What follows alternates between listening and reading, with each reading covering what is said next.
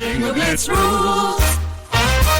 If your bingo has ads in it, That's not a bingo. if it doesn't have the coolest tournaments, mini games, and the most breathtaking design, Nope, not a bingo. if your bingo moment makes you feel so excited that you just want to burst in joy and scream out loud, bingo! Sorry, so you're playing... Bingo Blitz? Now that's a bingo.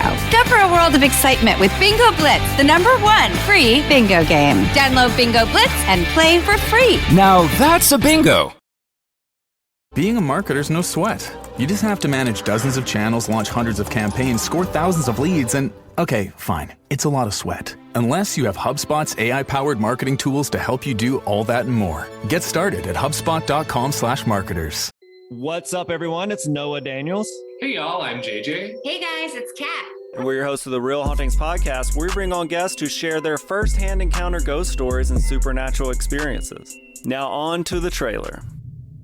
I've been warned to not tell this story, but I think because of the way it ends, it's okay to tell this story, because some people say that with certain entities, to like speak of them or talk about them or in any way like portray them as powerful will attract them to other people.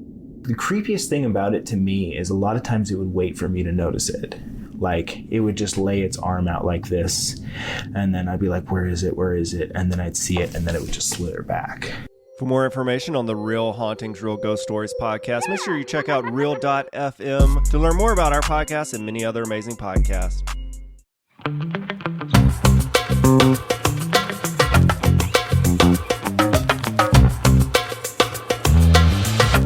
Hello, everybody, and welcome back to another episode of Don't Blame Me. Woohoo! Welcome back. Or if this is your first episode, welcome. Welcome. You know what you're actually giving me? A little bit Alexis.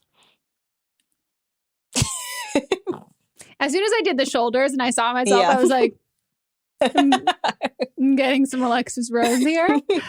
So, well, I mean, it is a personal attack. This is Don't Blame Me. It's an advice podcast. I'm Megan. My co-host is Melissa D. Mons. Woo-hoo! And we are giving you advice based on our own personal experiences. And then, sometimes we have no personal experience, but, we make up for in lack of experience, opinions. we have. That's the new tagline for the show. We have so many opinions. We feel strongly about everything. Truly everything. And we are giving you our straightforward, very honest advice. We don't sugarcoat. We are not the tell you what you want to hear kind of people. And we do ask in advance if you are sensitive, if you are a Cancer or you are a Pisces or you are just a sensitive person, let us know beforehand, because you might notice that we tend to go pretty hard all the time, but live fast. I actually don't think we go that hard. No, I think we're like, I think it's just we trigger something within a call for a certain person, and then they feel compelled to share. Mm-hmm. And as we say, if it doesn't apply, let it fly. Let it fly. And if you feel personally victimized by anything we've said, maybe if that's you on weren't you. the caller, then it's on you. And, if you want to call in for an upcoming episode, you can leave us a voicemail at 310-694-0976. And international listeners, you can send us an audio message at meghanpodcast@gmail.com. Got to keep it under 3 minutes long, or else you'll be cut off and personally shamed. And we ask you to write it down and then read it, so it can be the most clear and concise way of how to word your call. Yeah. Last episode, Gold Star, a lot of people wrote those down. Wonderful. Even the girl who was in her car driving. Yeah. I do think there's something to be said about, obviously we're not promoting distracted driving, but like me now, when you multitask doing something else, you're like, you just autopilot kind of a thing. So that works. But also, if you are going to be in your car, please roll the windows up and do it while you are not driving. Please be parked. And no radio. No cows. We can't control the cow. Before we get into the calls, we are going to have a live update. So we're going to hear from a previous caller, and they're going to update us on what happened after the curtain closed. So I called in, I think it was season 6, episode 1. And I called in basically because I just keep having sex dreams only about guys I've hooked up with before my boyfriend. And I've been with my boyfriend for 3, coming on 4 years now. And it's just weird. I never have sex dreams about him, but always about other people that I've hooked up with. And so I just called in about that. And I don't know.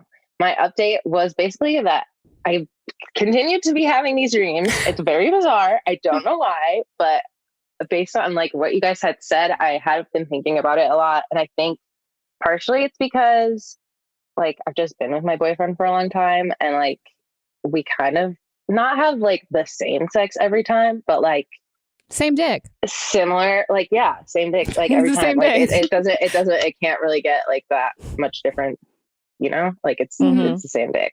And before I was dating him, I literally was just in a prolonged hoe phase from high school through the beginning of college. And no one ever really wanted to date me, which I came to terms with. And then I was just whatever, I'm just going to be in a hoe phase and do whatever, because whatever. So then I was hooking up with a decent amount of guys before him. And then we started dating, and then it was I was hooking up with guys, and then I met him, and then we started dating, and then it was that's it. And so I also think that's part of it, is just that I get not I'm a hoe, but I enjoy having sex with different guys. And so I think my brain just wants to think about it. It's a very nice way to do it. Yeah. It's your brain is so used to the same thing. I mean, not the same thing, so used to different things. And then you settle down, and then your mind's just wandering, and the brain is just a big mass of juicy things that keep us going. I was I also was thinking that a lot of the times those hookups were secretive, or someone could come home at any time, or whatever. And that is also another element, because I live with my boyfriend now. It's not we literally can fuck anywhere. It's not a big deal. And so I think that is part of it too. But yeah, I'm still having the dreams, so I don't really know. I don't know. Have you told him, by the way? No, I'm scared. No, don't tell him. I don't want to tell him, because he's gonna literally get so butthurt. He is the type of guy that I haven't really told him anything about anyone I've been with. He doesn't want to hear about it. He's I don't care. It was before me. And I'm that's weird, because I'm a Gemini, and I just my entire life story onto everyone, and I don't really care if people know my life story, because it happened to me and whatever. And he's not like that. And so no, I would never tell him.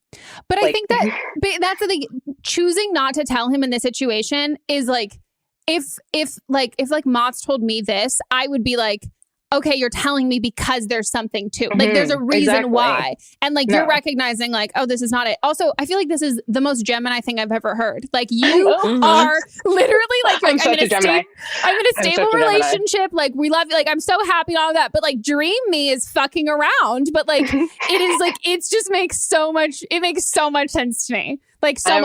I'm a Gemini sun and rising, and then a Virgo moon. So I'm a mess. The last person the last callback we had, she was a triple Virgo. So oh my God, very similar of the overwhelming energy for you guys. So much.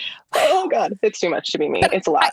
I think you're spot on though with the when it's ooh, this is once you're in a relationship with someone, sex, for a long time, especially because you live together, sex can be sexy, but it's not you really have to go out of your way to have fantasy kind of sex sort of stuff. Yeah. And so that's when people it's the same thing like when you're, I don't know, like when you're thinking about situations of like getting off or whatever, like, or even like if you think of like porn in general, like there are like really fucking heightened stakes and like all of this kind of stuff. And like your mind is being creative, and like the least creative thing that your mind would do, it's like you are having missionary sex with your boyfriend on a Tuesday night after you ate Chipotle. I mean, you wouldn't have it after Chipotle. Like, yeah, that like, literally would be it. Like, yeah, it's like, yeah. I think also a big problem is that I don't really watch porn. I'm not really into porn. And so I think that's another reason that my brain's not creative at all.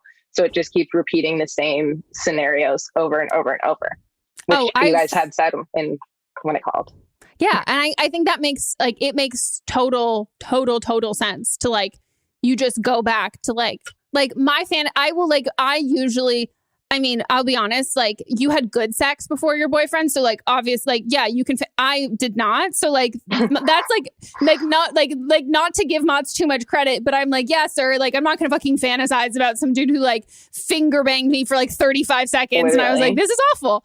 But like, this one is worse. Yeah. Like you fantasize about the stuff that you know, like that you've already done before. And it's easier for your brain too. And we're back. What a call. What a time. What a fantasy. That's what the call was about. No, I know. I was going to say though, like the amount of like sex, I think we should compile a list of everybody's weirdest sex dream. Like do you know what I mean? I think that would be great. Yeah. I'd say my weirdest one was I was hooking up with someone, don't know who the man was, but then his penis came out and it looked like like a Tootsie Roll, like the long skinny ones. Stop.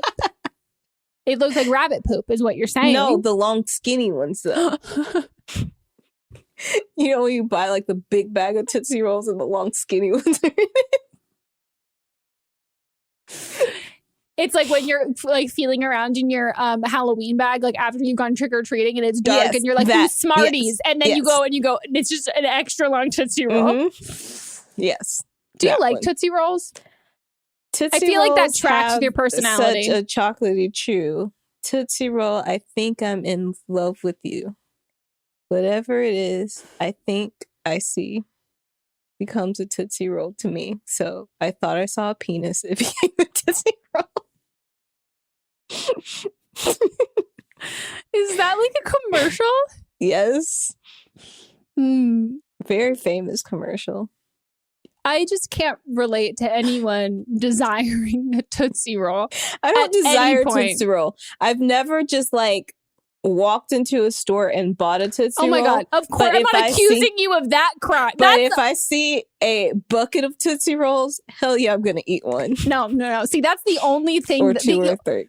That to me, Tootsie Rolls only exist in like other candies. Yes, like they only exist, like they're only there. Like you don't seek them out. They're only ever there. And I would kick a Tootsie Roll out of bed.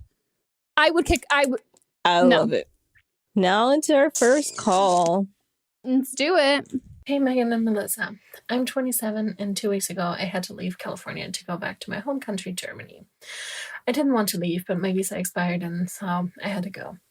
I'm still very jet-lagged. I'm depressed. I'm anxious. I have no idea what to do next in life. Anyway, this isn't really about me. My best friend in California is also not doing great. We just FaceTimed. So he lost his mom to cancer about 3 years ago. Right before she passed, he started dating his now ex-boyfriend.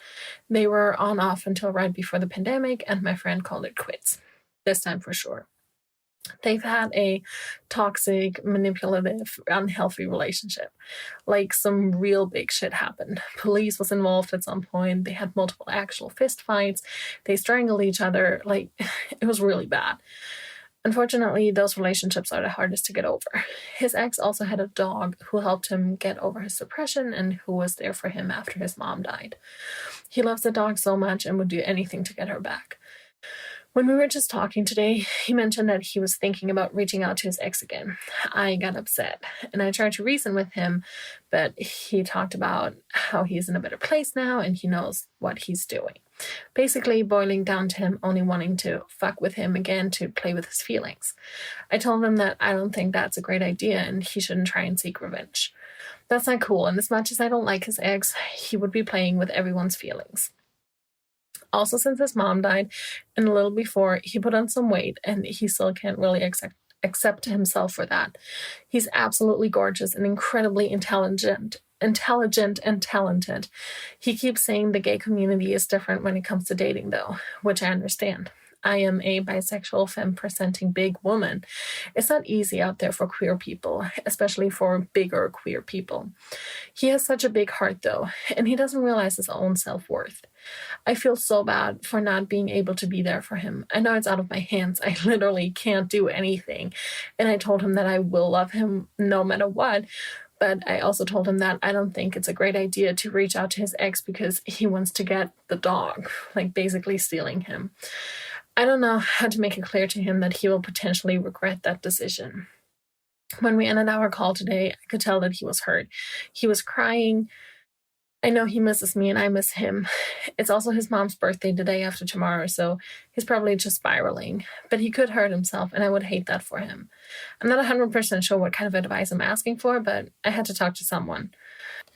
Also, he's a Cancer, and I'm a Pisces, if that helps in any way. And yeah, anyway, thank you. Stay healthy, wear a mask, vote blue, which I know you two are, but, for your audience. Okay, thanks. Bye. I think the advice that you're asking, you say you don't know what the advice is how to tell your friend that he's toxic and needs to stop. Yeah, I mean, I think you took a side and this is your friend predating the relationship, I'm thinking, or post the relation, you're only friends with him, you're not friends with both. And that relationship was toxic because of both of them. Mm-hmm. And I think you might be having a hard time, because you're looking out for your friend as if your friend is the sole victim in the situation versus someone who also participated in doing a lot of this stuff. And I think we like to see the best in people. And if he has recognized that he hasn't been so healthy in it, wasn't a healthy relationship, but the fact that he's still trying to get back in there and then and be messy. That's basically what she was saying, is that he wants to be messy and he's using the dog as an excuse to do that. And that's not how you get if it's not his dog, all right, he can't get the dog back because it's not his. And if it is his dog, come on, be I'm taking the dog, dumbass. Oh my God, Legally Blonde. Oh, I haven't seen that movie in years upon years. I made Mott's watch it for the first time a couple years ago, and I just love it. I will never forget the day that Reese Witherspoon told me that I could be the new Elle Woods, and I was like, when was this? Oh, I did a panel that she was at, and we were on it. It was me and her together, and she was so lovely and so nice. And then she was like, I've watched some of your stuff before. I watched some of your stuff in preparation. Well, they're making a new one. You should be her daughter in it. I love that. I think I think her probably real daughter who looked identical to her would be that. I think she said it mostly to be nice, but but she still said it. And I don't think Reese Witherspoon says things just to be nice, because she's very shady. She has very Southern shade, and I don't think she would say it. I don't think she'd say it just to be nice. It was the best moment of my whole life. I was but yeah, in Legally Blonde, here's the thing, if you're getting your own dog back, the way to do that is you bring a friend, you get your legal rights, and you get the dog. And because it was such a toxic, unhealthy relationship for both of you, you don't do this thing. Someone else has to do that bidding for you to kind of maintain the calm and not let things get out of hand or get physical or anything like that. But putting yourself back into the situation is a conscious choice. And there's something that she said, hold on, keep talking. But there was something that she said that like he was doing this to intentionally be messy. She didn't say in those words, but those were. I think what it was that like pretending to want to get like, just to like break his heart or something, like pretend, like getting, not necessarily getting back together, but like fucking him and then breaking his heart. Yeah. Am I wrong? Is that what it was? That was pretty much it. Yeah, like with him about how he's in a better place and knows that he's basically doing better, wanting to fuck with him again to play with his feelings. And I told him I don't think that's a great idea to seek revenge. But see, that's what I want to know is like, how is that revenge? No, because that just sounds like, again, from the way that you've talked about this, it's they were both violent and physical with each other, and like that they both, and not in like a self-defense way, that this was a really unhealthy relationship with the both of them. And now he wants to go and like rub into his face like, I'm doing so much better. Like, I don't think like it may be in his head revenge. I think it's him trying to seek closure. Yeah. And he's saying it in a defensive way so that like if his feelings get hurt, if his feelings are actually the one to get hurt and not the ex, then it was like, that's not what I was doing. And I think when you want to rub it in someone's face that you're doing better, it's because you're not. And you're also not sure if you're doing better because like you need them to validate it. Yep. If you were doing better, you wouldn't reach out to them at all. You wouldn't care. And you would be fine. And this is just, you are friends with someone who is messy, and depends on the kind of person that you are. If you're, I don't know if you're comfortable just being like point blank, here's the thing, like you're being messy or you're being an ass. And I've done this with friends before where I've like literally explicitly said, I'm like, I love you, but you're being an asshole and you're being like, there's no point to what you're doing. All this is going to do is hurt you later down the road. And I'm going to level with you. Like, I don't like this person. Like, this is not who I know you deep down. And like, this is not something like, in the moment, you think that this might sound like a good idea or something you want to do, but like, this isn't you. Like, and this is not something that like I, as your friend, like, am not going to stand by and watch this because like, I don't like this person. Like, I really don't fucking like this dude. And so if this is what you're going to do, then like do it. But like, I'm not cool with that. And I'm not going to like sit by and pretend that I am, or that I think it's a good idea. Right. And like, you just have to say it like that. And because at the end of the day, it could also just be like, I don't know when you guys became friends, but like this could have been like you became friends with him on like the off of the relation, like the end of the relationship, and being like, oh, I'm going to like, you know, I'm going to change I'm going to be different. And now this is just who they are. And they enjoy the messiness. They enjoy that kind of drama. And whether that's a forever thing, which also is not a sustainable thing, but you don't have to be friends with that just because that's how he's being. There's no point. Yeah. Also, he's like trying to use the dog as an excuse. And if it's really about a dog, tell him to go get a new dog. Yeah. And especially if it's not his dog. Yeah. Because if it's not your dog and you don't own the dog, you can't steal.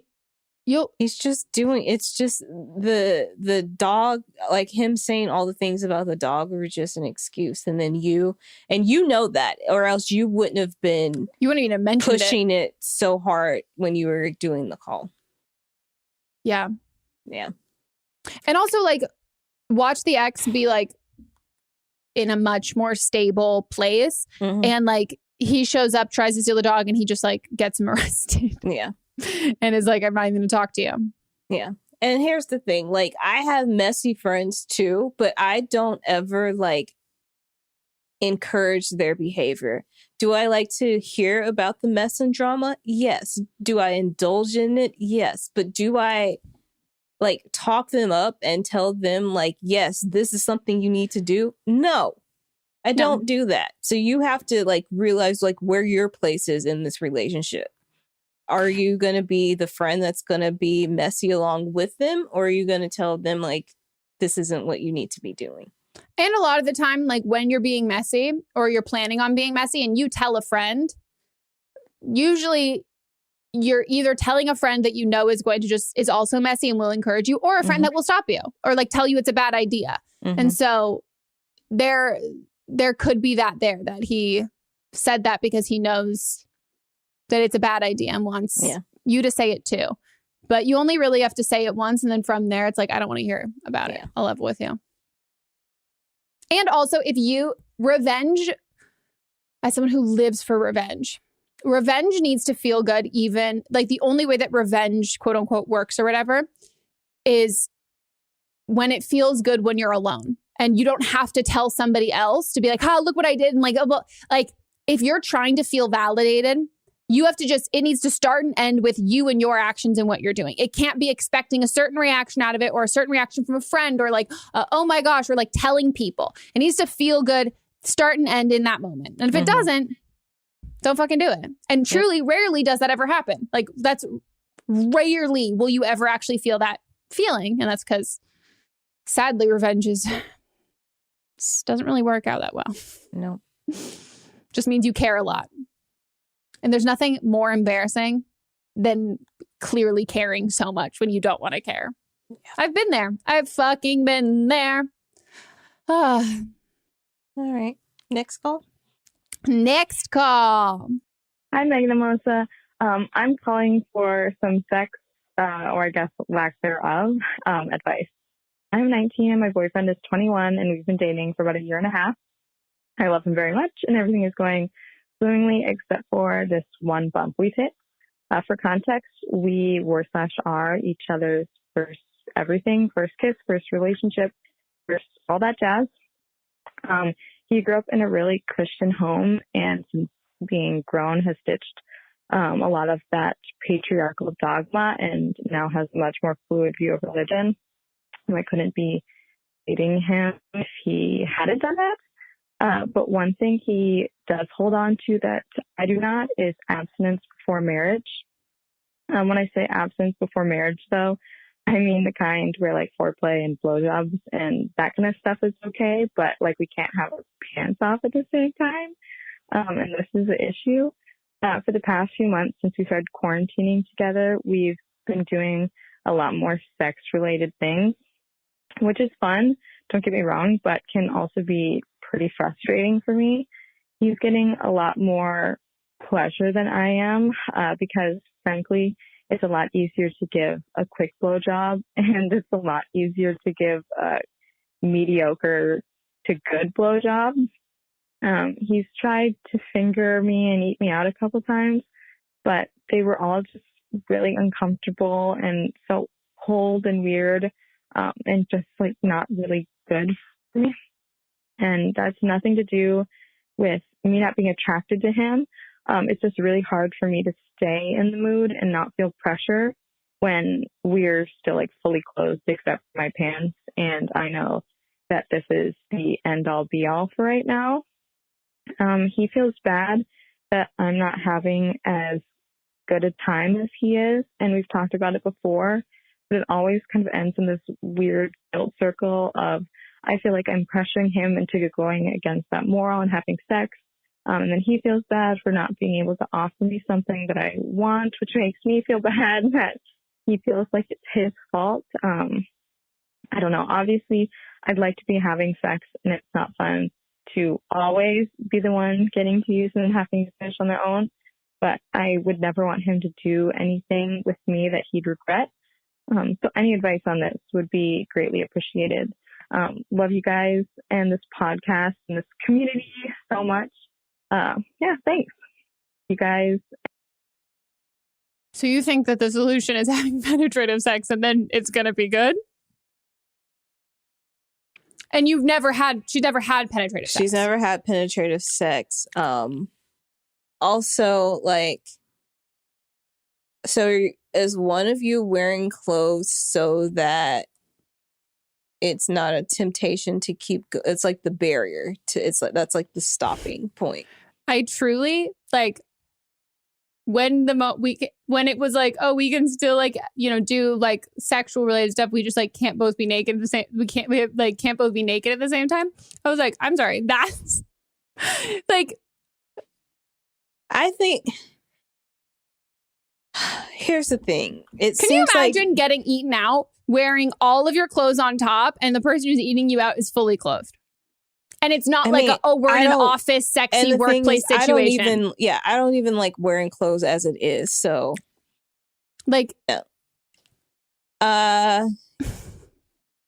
I feel like you guys are both wearing clothes as a safety net. I mean, one is wearing clothes as a safety net. And you're already doing the act. And it's just getting over the guilt trip. Like maybe oral bases 1 through 3 are all you do. And you just don't go all the way. And I think like you guys physically, like if you say it out loud and physically say like, we're not going to have penetrative sex, then I think that's enough of a barrier than you being uncomfortable and just like messing around and not getting any satisfaction from it. Then it's just like, what's the point? And then you feel pressure to get him off. I think like if his boundary is, I don't want to be fully naked together, I think that's fine. But then stop doing what you're doing. Cause that's the thing. It's not it's not a matter of like, okay, I have to ask though. Did she say when he was like eating her out and fingering her, it was like weird and cold? Yeah.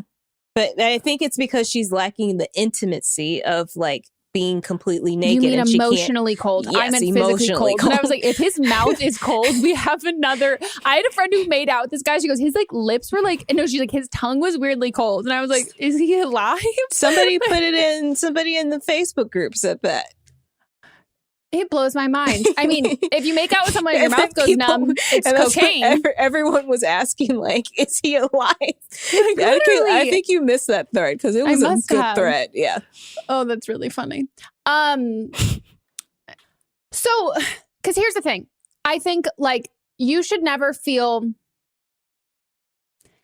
guilt when it comes to, like, your own pleasure and your own body. I understand, like, obviously, like, not like pressuring him to do anything. I will be super honest. If you, you're guaranteed to break up if you just are like, let's just fuck, and then you'll realize like, oh, that's not. If he can't get you to get off, like the percentage of like people with like vaginas and clitorises who can get off from penetrative sex alone is like minute, like very, very, very small. And the fun, the stuff that's usually typically the most like fun and actually pleasurable for those of us with vaginas is the foreplay kind of stuff and having that mixed in with sex in itself. But like and I think it's the physical intimacy though, the physical and emotional intimacy, because she's not completely clothed. He's not complete. And then he is completely clothed. They're not touching. It's just him going down on her. You know, I just think he's not good at it. I'm sure he's not good at it, but the added thing is like he's not touching her everywhere. Like, just imagine if he's just like going down on her and not like kissing her chest or breast and playing with all like. Wait, okay. Because all that's closed, so there's not that physical connection. It's just the waist down. So I think that's what she's talking about. What if you're fully naked and then he's fully clothed? Because then there's no issue there. Do you know what I mean? So yeah, but I think that's the barrier. That's like the thing that's like, he's like, that'll be too much. Yeah, I think you guys just need to have a conversation of like, here's the thing, like whatever is, let's like talk about like what your boundaries are, and your boundaries aren't automatically, his boundaries aren't automatically your boundaries. So like if he's like, oh, I can't like do this, and it's like, okay, well, here's the thing, like I'm if I'm not going to be like getting any like pleasure from this, if these are where your boundaries are, then let's just kiss.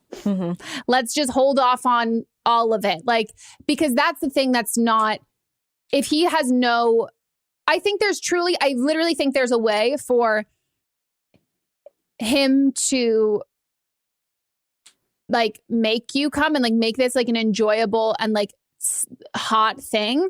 But that's like, yeah, read some articles, read some books. She comes first and all of that stuff.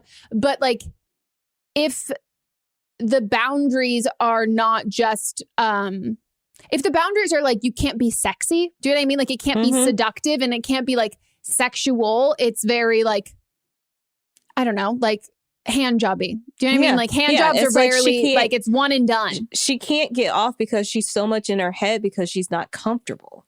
Yeah. Well, she's not enjoying it. Yeah. It's coming like a task versus like... It's like she gives these mediocre blowjobs, like she's saying. She's like half-assing them because she's just not fully comfortable because they're not actually being as intimate as she needs. Yeah. I mean, we'll be honest. I think you guys want different things. And I think that just because you don't have... Just because someone's like your first like romantic sexual experiences or whatever, doesn't mean that you can't break up because you want more. Like even though like he can have met your needs and like has been great for all of that, but like you're allowed to like be a virgin in a relationship with someone who's also a virgin who doesn't want to have sex. And you can be like, even though you've never had sex, you can be like, I want to leave this relationship because I would like to have sex. Like you don't have to be... You can be missing out on things you've never experienced. And like, that's okay. And you can end a relationship because it's important to you to have things that you haven't experienced. Like, that's very, very, very okay. So, to be honest, because I don't think I think it's fine if he wants to like wait to have sex. But I think if you're waiting to have sex, you're not getting... Not to be the asshole. It's like, I'm not gonna do all of this other stuff that like is something that makes me uncomfortable and I feel fucking weird about just because like this is something that makes you feel more comfortable. Neither of us should have to sacrifice our comfort level. This is just in the fucking right relationship. Like, I don't want to do this. And I don't want you to have to be with someone who's like half-assing this kind of shit. Someone else, there's some other girl out there who wants to do the exact same thing. Okay, guys, we're going to take a quick break and we'll be right back.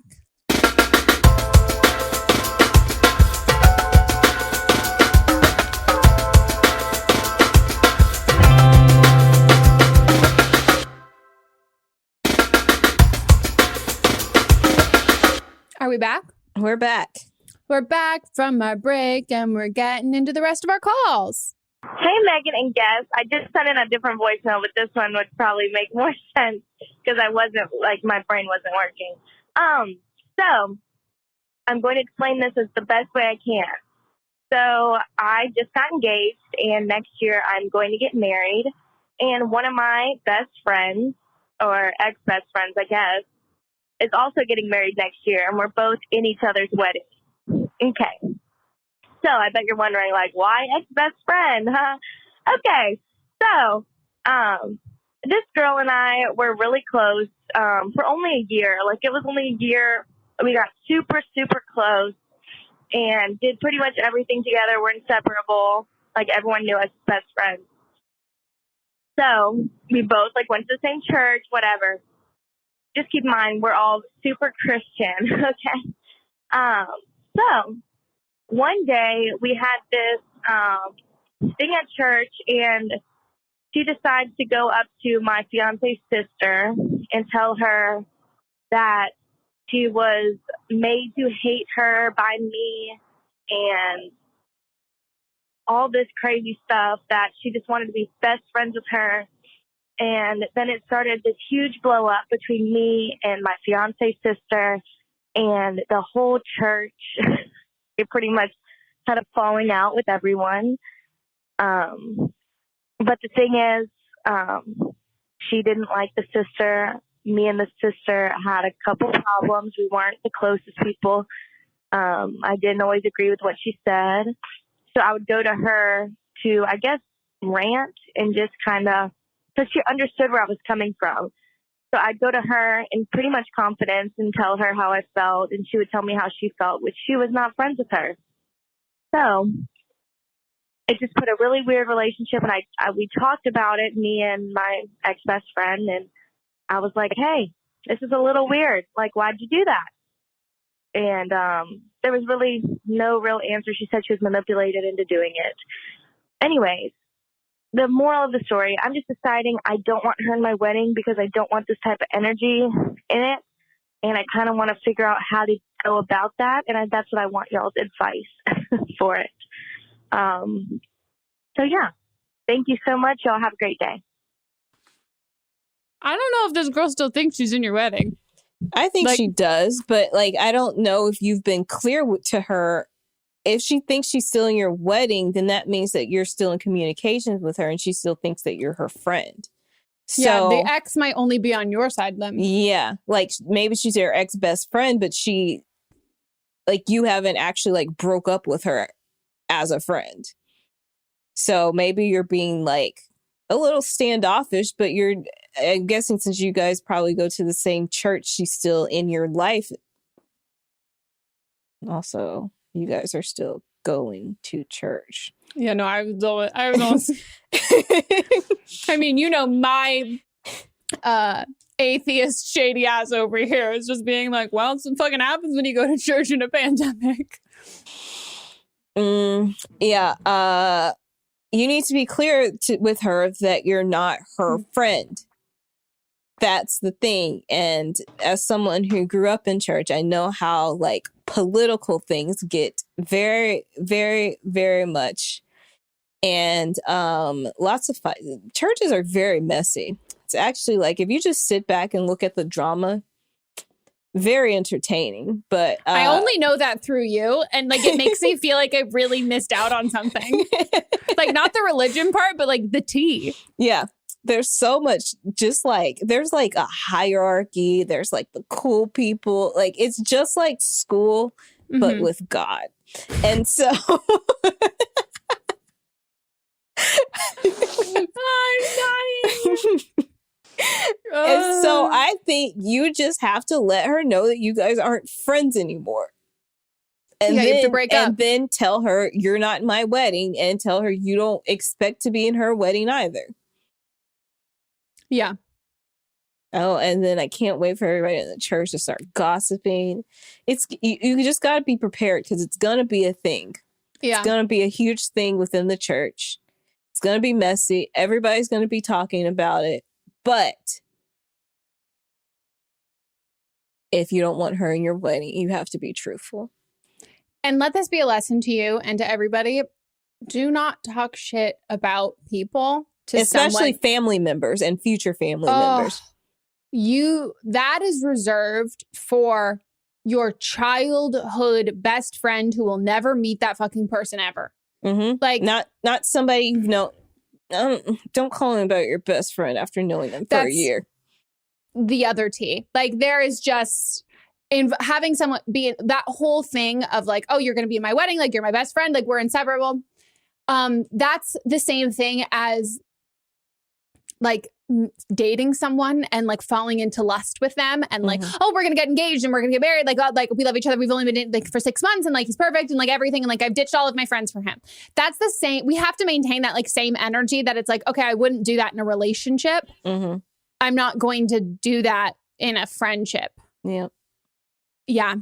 Don't call anyone your best friend after a year of knowing them, unless you're 11. And then that's actually, that's a big part of your year. It's a big part of your life. Yeah. But yeah, that shit changes. And I truly think there is, people should just start going to therapy just to talk shit like that.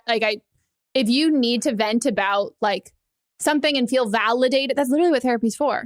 If you need to vent and feel validated and you like need an unbiased person, go to therapy so you can vent about your sister-in-law, but not, I literally lied. And if she was like coerced into doing it, that means that means that she told other people. So who was if somebody was forcing her to do it, that means that somebody else told her. She told somebody else.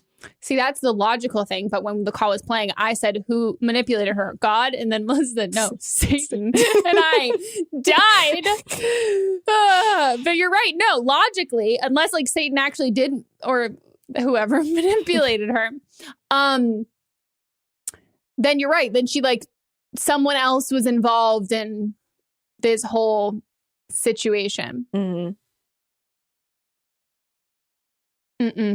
There's a good thing about like being like closed off and like no new friends and like really having to like there's something nice about having walls built up. It is. It is like it is. I feel it is really solid in our relationship, without a doubt. Also, this is the fact that we've known each other for so long. Yeah, so long, and like I have people that I've been like, and this is like you're not considered in this, but like I have people that like I've been like, I would call them friends for a while. Does not care. I like you can do whatever. I don't.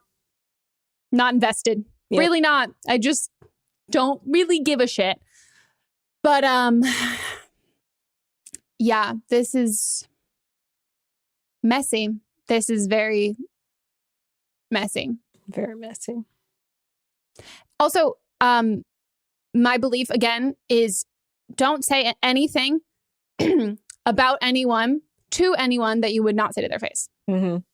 And if you wouldn't say it to your boyfriend, if you wouldn't like fiance, there should be very few things in your life that like when it comes to talking like pertaining to other people that like, or I mean truly even about your own life, that like someone just trust less people like to look out for you or care about you, not to be like jaded or whatever, but I'm like there shouldn't be like oh shit, I hope this person has the ability to ruin this relationship with someone, or like don't give other people that much fucking power because you can't trust them with it.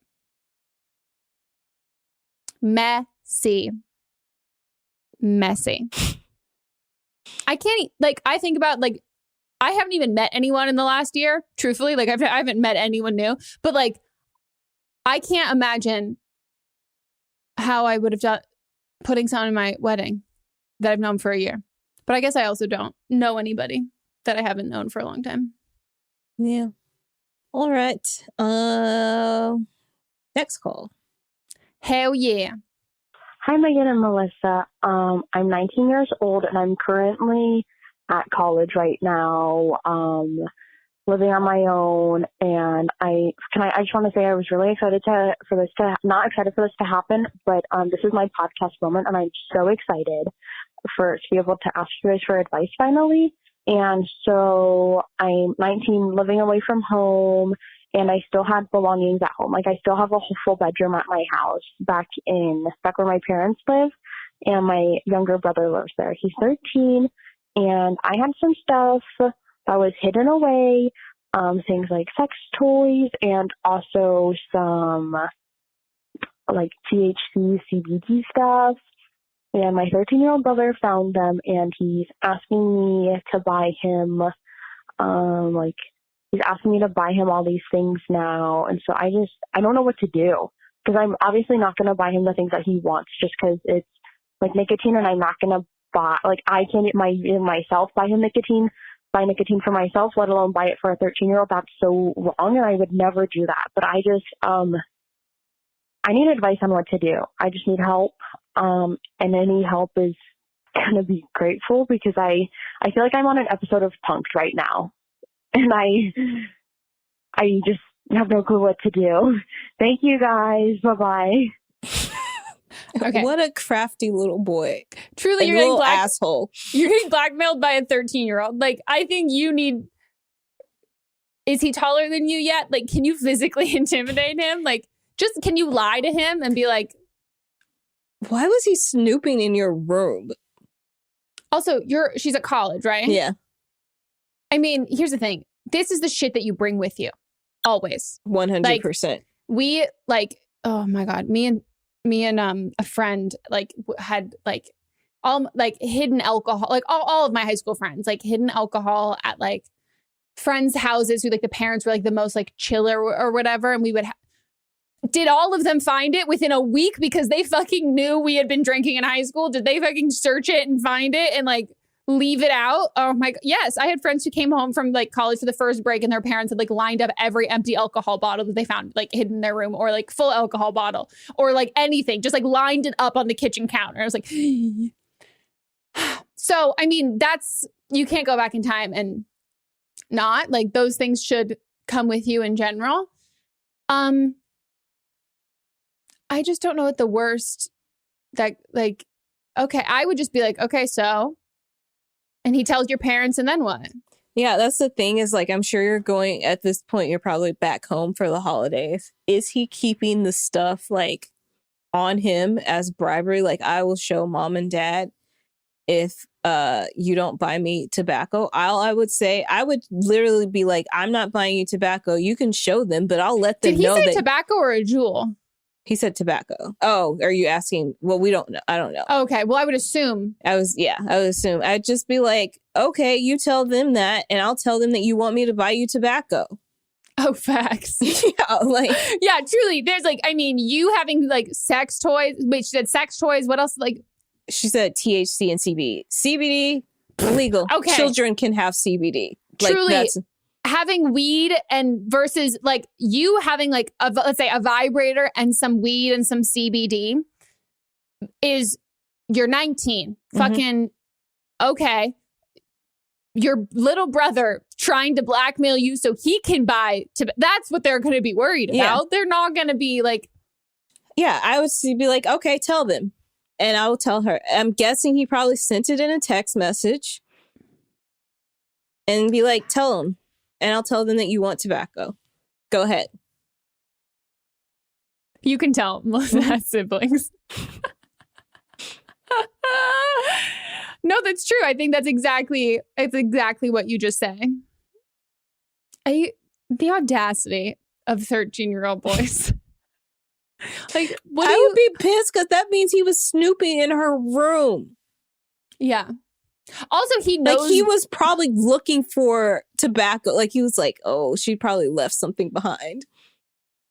Did he send you a picture? Because I would die. Yeah. Also, he probably smoked the weed if he was that's what I was going to say.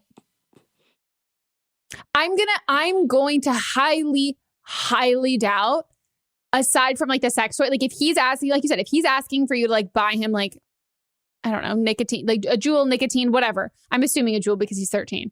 And he already saw your weed. First of all, he knew what the weed was. He also like presumably. I would just say it was CBD. And then just say all of it was CBD. And then for the sex unless toys, it's like, does he know the difference? Well, but if he does, then all this is doing is being like, just look like at digging him in a deeper hole. To be super fair, I think I don't have siblings. I would tell him that in general, and then I would tell him exactly that. Like, okay, fine, tell them. Then I'll tell them you did this or whatever. I would also like either you obviously know your parents better than anyone, but I would either like if you're home, like pay attention to him. Like, is he fucking trying to like? Because like he'll fuck up his lungs, like you can die, like awful. And if you need to tell your parents, then it's like, okay, you're not going to die from like if it's an embarrassment factor of like, oh, I have sex, like whatever. Like I would then just be like, hey, heads up, he fucking like found some stuff in my room that like I'll share it with you if you want to know what it is, but like I'm an adult. I don't think that like I need to, and I think it'll probably make you feel uncomfortable and weird. They've already drawn their own conclusions to what it is at this point. Like, yeah, it's just kind of like, you know. But he like blackmailed me and said he wanted me to get him like this. So I feel like that's something that like you should know because he's 13. Yeah. What a little douche.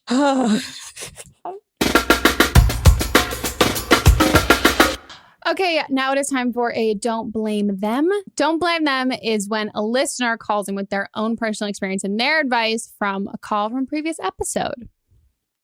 So this one has been covered in a few episodes. I'll just play it. Hi, I'm calling for Don't Blame Them. By the way, hi, Megan and Melissa. This is in regards to literally everybody who's been making calls and seemingly ignoring the pandemic. I wanted to just address a couple of things. I found out recently that a friend of mine who I had not been seeing is possibly COVID positive. She doesn't want to get tested. She's just going to isolate, but she had been going out and was exposed to COVID, and she told me that. And she saw her parents the very next day, apparently, after she had been exposed. So she's freaking out about that. I recently saw a TikTok of a young 20-year-old woman who had lost her baby during her fight with COVID. So this isn't a joke, guys. Literally a 20-year-old lost her baby due to COVID. It can happen to you. It can happen to my friend. It can happen to that woman. It can happen to you. And you don't know who you're going to infect. You have to go to the grocery store. You might run into frontline workers who might get it from you, and they might be out of jobs for a while. So please just take that into consideration. All right. Love you guys. Bye. Love to hear people who also are taking this seriously. Mm-hmm. I now have 3 friends that have had COVID or currently have it. Mm-hmm. Yeah. I don't even know how many I know at this point. So, man, I mean, one of them, she got it like at the beginning of when everybody got locked down, and she didn't go anywhere except for taking her dog on walks. And she thinks the only way that she got it was either just one, not wiping things down properly that she bought that came into the house. But she was also wiping things down, which is more than so many people are doing. Yep. Or someone jogging by her while she was walking her dog that didn't have on a mask, but she always had on a mask. And this was back in April-ish, and she still has residual effects. Like, she can't sleep all the way through the night because she can't breathe. Her voice is still raspy. She's always coughing. So yes, and they say, like, people recover. If you're young, you'll recover, but there's still residual effects that are going to affect you for the rest of your life. And that's just the stuff that, like, people, the long-term effects people have had over the last, like, 6 to 9 months versus Right. like, we don't know what it's going to change in bodies. And I think something that's been really helpful when talking to people about this is a lot of people like to throw around statistics. 99% of people recover. And while if we want to talk about that statistic specifically, like, is it, when you think about 99% of the population, 1% of the population is millions of people. Like, that's millions of people. But the real kicker of it is the 99% is from a study of 100 people. So out of 100 people, it's 1 person. Out of millions, we don't know what that actually is. That it's most likely greater than that. But if we're taking from a sample of 100 people, that's not enough for us to decide that that's how it's going to affect the rest of, like, the entire world and the entire population. Right. So we need to assume that it's more, like, that it is more than that, and that it's not just people with pre-existing conditions. There are perfect, like, if you read these articles there are perfectly healthy people who have young people who've died, perfectly healthy young people who have died. And there are people who are, my friend lost her grandpa to it, and he was older and of, like, a high risk age, but didn't have any respiratory issues, wasn't actively struggling with, like, cancer or anything, wasn't on immune suppressants, was just an older guy, passed away. And it's, the misinformation that's out there is so wild, and people are cherry picking what they want to listen to and what they want to believe and what they want to hear. And if you are not taking the pandemic seriously, just know that when people inevitably die from the actions that you have taken, this passive feeling that you have will not last. You will,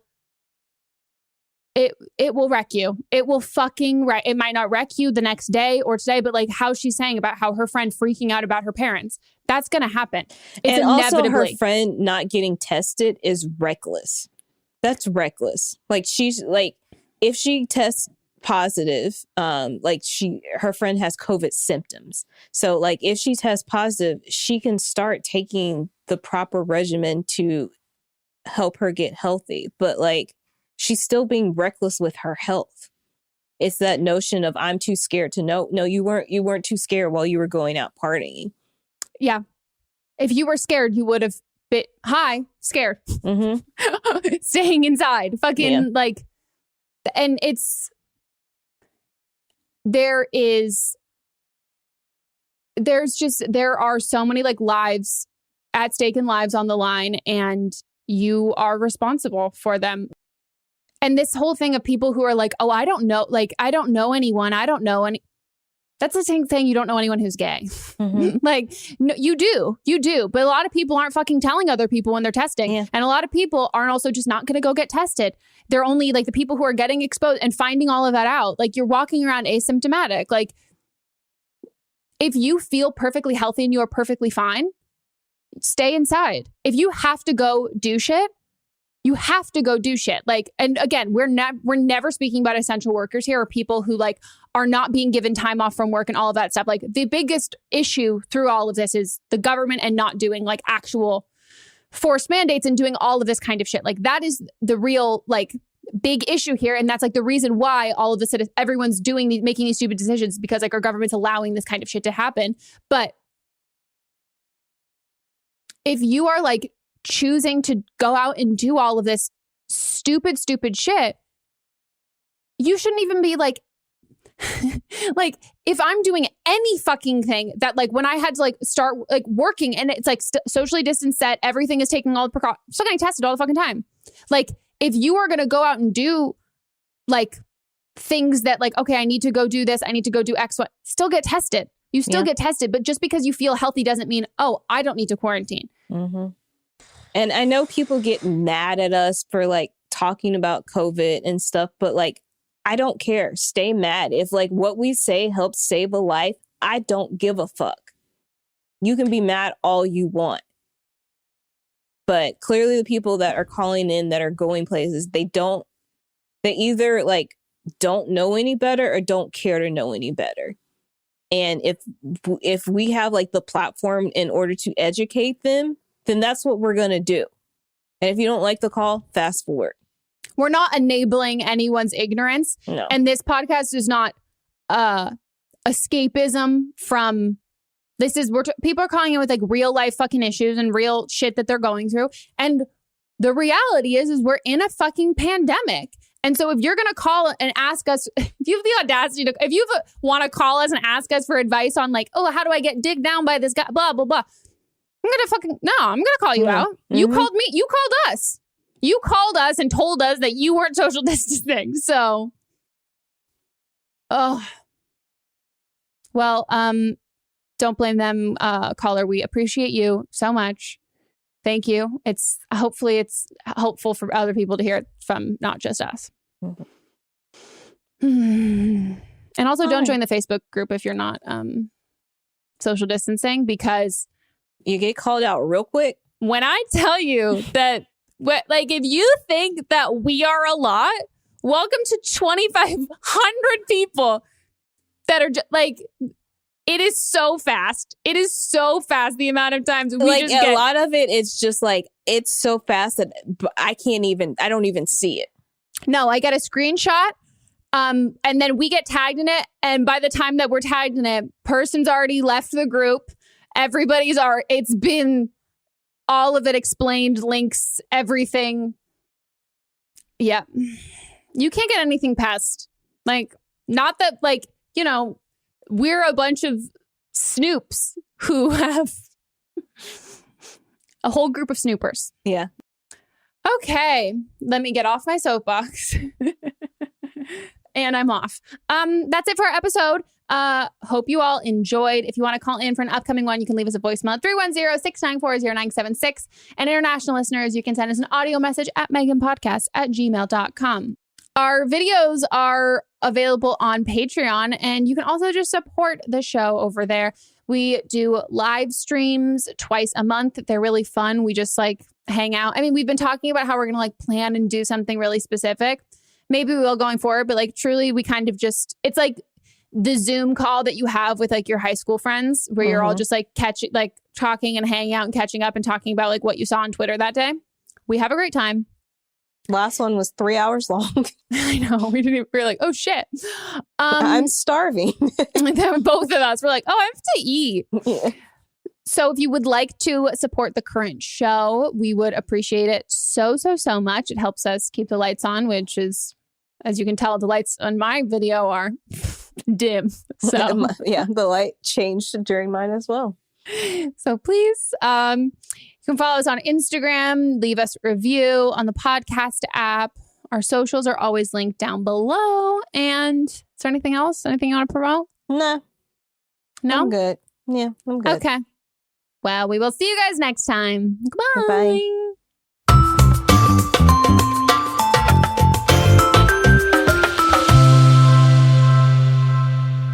Don't Blame Me is a production by me, executive produced by Melissa DeMonts, edited by Katrina Henning, and music by Ryan Hunter and Giacomo Picasso.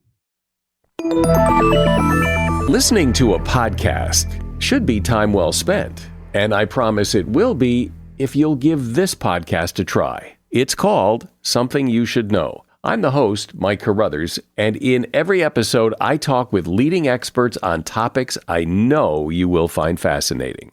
From why people can't keep secrets, what your favorite music says about you, why your pet acts in strange ways, and so much more. Something You Should Know is designed to give you information you can use in your life and give you great intel that you can share with others. I'm told it's a binge-worthy podcast, and with over 1,000 episodes, there's a lot to binge on. Something You Should Know has been ranked in the top of the Apple Podcast charts consistently for a long time. I know you're going to like this. I just need to get you to try it. Something You Should Know. It's available wherever you listen to podcasts. Hi, I'm Jennifer, a co-founder of the Go Kid Go Network. At Go Kid Go, putting kids first is at the heart of every show that we produce. That's why we're so excited to introduce a brand new show to our network called The Search for the Silver Lining, a fantasy adventure series about a spirited young girl named Isla who time travels to the mythical land of Camelot. During her journey, Isla meets new friends, including King Arthur and his Knights of the Round Table, and learns valuable life lessons with every quest, sword fight, and dragon ride. Positive and uplifting stories remind us all about the importance of kindness, friendship, honesty, and positivity. Join me and an all-star cast of actors, including Liam Neeson, Emily Blunt, Kristen Bell, Chris Hemsworth, among many others, in welcoming the Search for the Silver Lining podcast to the Go Kid Go Network by listening today. Look for the Search for the Silver Lining on Spotify, Apple, or wherever you get your podcasts. Hey, are you ready for some real talk and some fantastic laughs? Join me, Megan Rinks. And me, Melissa DeMonts, for Don't Blame Me, But Am I Wrong? We're serving up 4 hilarious shows every week designed to entertain and engage and, possibly enrage you. In Don't Blame Me, we dive deep into listeners' questions, offering advice that's funny, relatable, and real. Whether you're dealing with relationship drama or you just need a friend's perspective, we've got you. Then switch gears with But Am I Wrong, which is for listeners who didn't take our advice and want to know if they are the villains in the situation. Plus, we share our hot takes on current events and present situations that we might even be wrong in our lives. Spoiler alert, we are actually quite literally never wrong. But wait, there's more. Check out See You Next Tuesday, where we reveal the juicy results from our listener polls from But Am I Wrong? And don't miss Fisting Friday, where we catch up, chat about pop culture, TV, and movies. It's the perfect way to kick off your weekend. So if you're looking for a podcast that feels like a chat with your besties, listen to Don't Blame Me, But Am I Wrong on Apple Podcasts, Spotify, or wherever you get your podcasts. New episodes every Monday, Tuesday, Thursday, and Friday.